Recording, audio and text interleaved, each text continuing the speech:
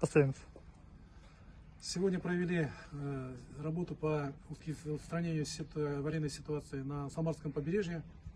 Я хочу сказать, что это уже не первый раз. За период 16 августа мы уже поднимали 3 раза эти столбы, упавшие опоры. Сегодня это 4-й раз.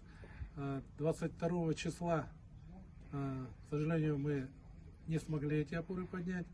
Неделю назад, значит, на наши законные требования Энергонадзора, других государственных органов,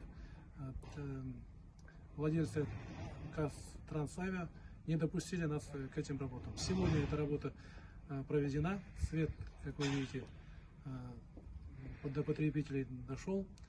Я хотел бы обратиться к владельцам ТО Казтрансавиа и БТ-сервис. Уважаемые дорогие господа, решайте свои вопросы только в правом поле, цивилизованным способом, не затрагивая интересов, тем более ухудшая жизнь и положение ваших потребителей. Значит, что же касается вопроса о строительстве централизованной линии электропередач, сейчас работает рабочая группа. Мы посмотрим все вопросы буквально подробно, полностью сделаем расчеты, доложим своему руководству для принятия решения.